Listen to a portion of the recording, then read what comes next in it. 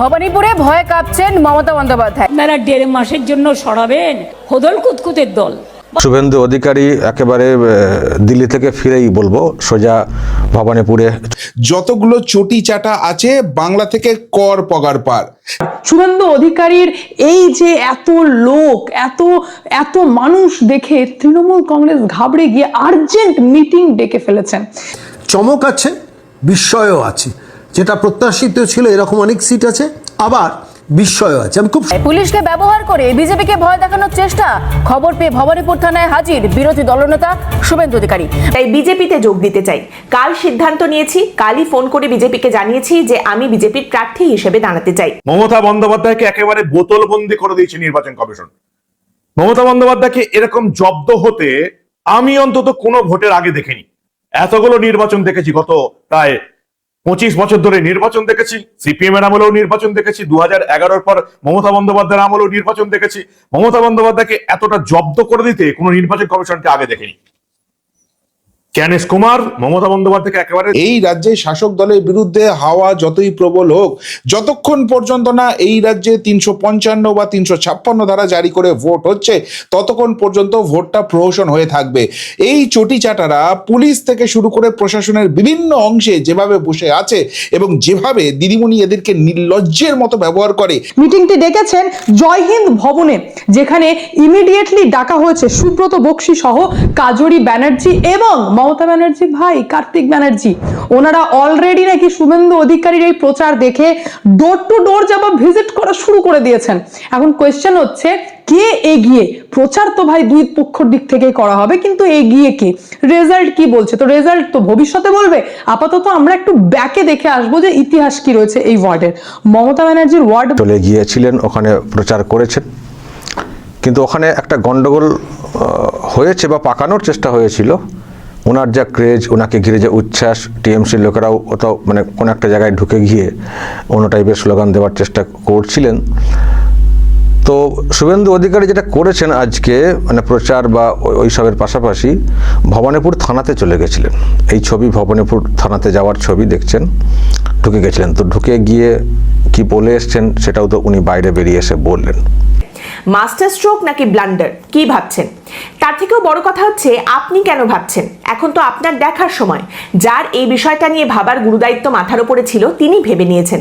BJP আনুষ্ঠানিকভাবে এই কথা জানানোর আগে তিনি নিজেই জানিয়েছেন যে তিনি বিজেপির প্রার্থী হিসেবে পানিহাটিতে দাঁড়াতে চান, তিনি দাঁড়াচ্ছেন, বিজেপির প্রার্থী হচ্ছেন।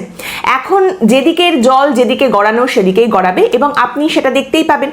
আপনারা জানেন যে আরজি করের যে ঘটনা যেখান থেকে শুরু হয়েছিল, সেই নির্মম ধর্ষণ এবং খুনের ঘটনা, সেই আরজি করের ইতিহাস একটা নতুন বাঁক নিয়েছে বলে কথা।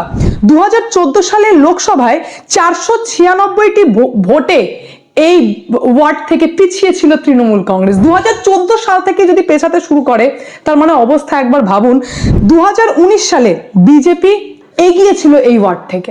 আর যদি রিসেন্ট আমি 2024-এর লোকসভার কথা বলে থাকি, তো সেখানে 230টি ভোটে এগিয়েছিল তৃণমূল কংগ্রেস। তো তৃণমূল কংগ্রেস, যেটা মমতা ব্যানার্জির ওয়ার্ড, সেখান থেকে এগোতে যদি এত কাঠখড় কোড়াতে হয়, তাহলে অবস্থা কিন্তু। তো এবং একেবারে হুঁশিয়ারি যে চন্দ্রকোনা রোডে যেটা করেছিলাম মানে ওই টাইপের করে দেবো। নিশ্চয় দর্শক মনে আছে ওনার কনভয়ে মানে হামলা বা এইসব করার যে চেষ্টা হয়েছিল, তারপর উনি কী করেছিলেন। তো শুভেন্দু অধিকারী এটা করে থাকেন, একেবারে থানাতে ঢুকে। অনেক উদাহরণ রয়েছে, অনেক। তো আজকে ওখানে গিয়ে যারা জব্দ করে দিয়েছেন, সেই সঙ্গে মনোজ আগরওয়াল আছেন এবং সুব্রত গুপ্ত আছেন। কিন্তু তাদের মনে হচ্ছে নির্বাচন কমিশনের এই 3 অফিসারের পেছনেও আরো কেউ আছেন, যারা একেবারে নির্বাচন কমিশনকে আসল খবরগুলো দিচ্ছে যে ভোটের সময় মমতা বন্দ্যোপাধ্যায় তার পুলিশ এবং প্রশাসনকে দিয়ে কি করেন। সব নির্বাচনেই মমতা বন্দ্যোপাধ্যায়ের এই আইএএস এবং আইপিএস অফিসারদের, পুলিশ এবং প্রশাসনিক অফিসারদের সরিয়ে দেওয়া হয় এবং তারপরে 3টে করে নাম চাওয়া হয়। বলা যেতে পারে এক প্রকার অবজ্ঞার মরুভূমিতে হারিয়ে যাওয়া স্রোত আবার ভোটের ময়দানে ফিরে এসেছে।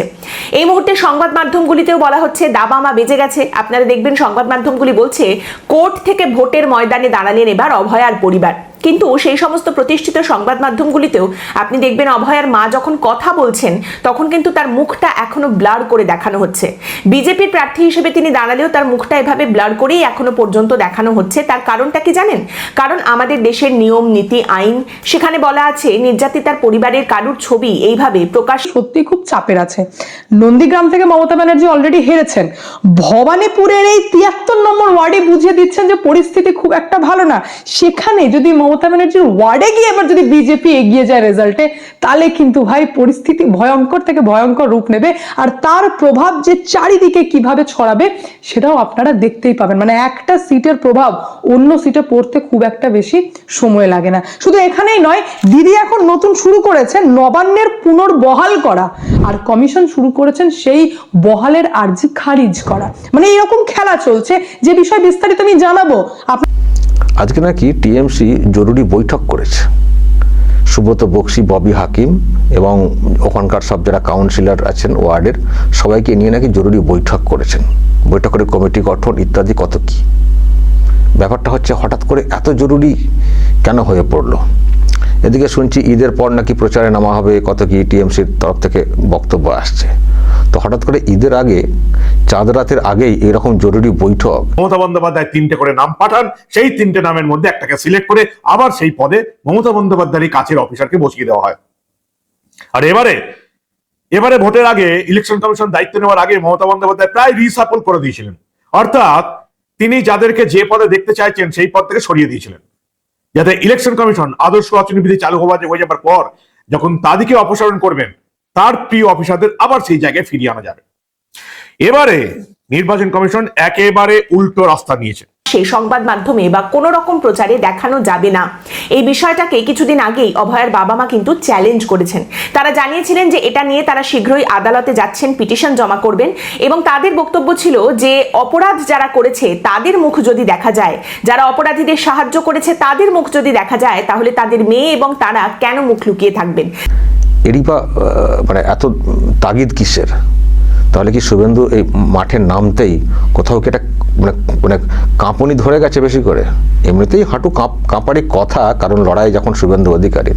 তো আজকে শুভেন্দু অধিকারী প্রথম দিনে রাস্তাতে নেমে যেভাবে কাঁপিয়েছেন এবং ওনার যা ক্রেজ, ওনার বা লোকজন যেভাবে সামনে এসে দাঁড়াচ্ছেন, মুখ্যমন্ত্রী এলাকা ভবানীপুর, নানান চাপ, নানান প্রেশার, তারপরেও তারা প্রকাশ্যে আসছেন, শুভেন্দুর সঙ্গে হাত মেলাচ্ছেন, পাশে থাকার বার্তা দিচ্ছেন। তাদের খুব পছন্দের বেশ কিছু আধিকারিক যাদের নাম অলরেডি আপনারা জানেন, ওনাদের সাথে কমিশন কি করেছেন সেটাও আমি আপনাদেরকে জানাবো।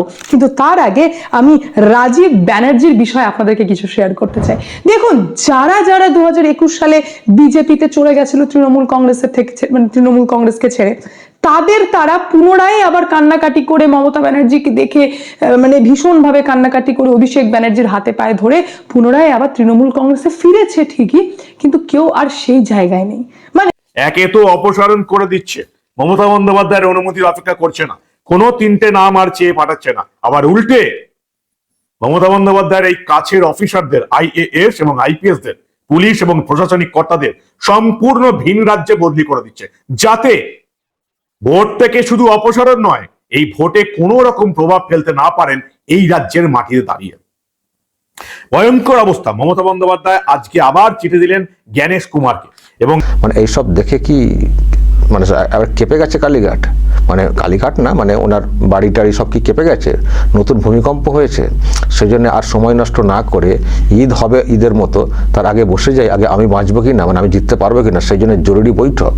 খুব কিন্তু অ্যালার্মিং, ইঙ্গিতবাহ যে কোথাও সেই অর্থে কিছু হচ্ছে না এখনো কমিটি ইত্যাদি, কিন্তু ভবানীপুরের জন্য নাকি কি কমিটি গঠন করা হচ্ছে, কি করে কি করা যায়। ববি হাকিম, সুব্রত বক্সি বসে পড়েছেন। বৃহস্পতিবার সন্ধ্যায় বদলি ভবানীপুরের ওসি।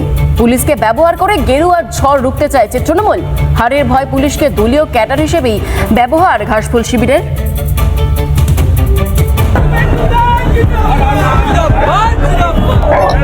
কি বলতেছে বাংলার কয়েকটি রাষ্ট্রবাদী নিউজ চ্যানেল কি বলতেছে? বাংলায় বিজেপি আসবে না টিএমসি? আপনার মতামত জানান, কমেন্ট বক্সে কমেন্ট করুন।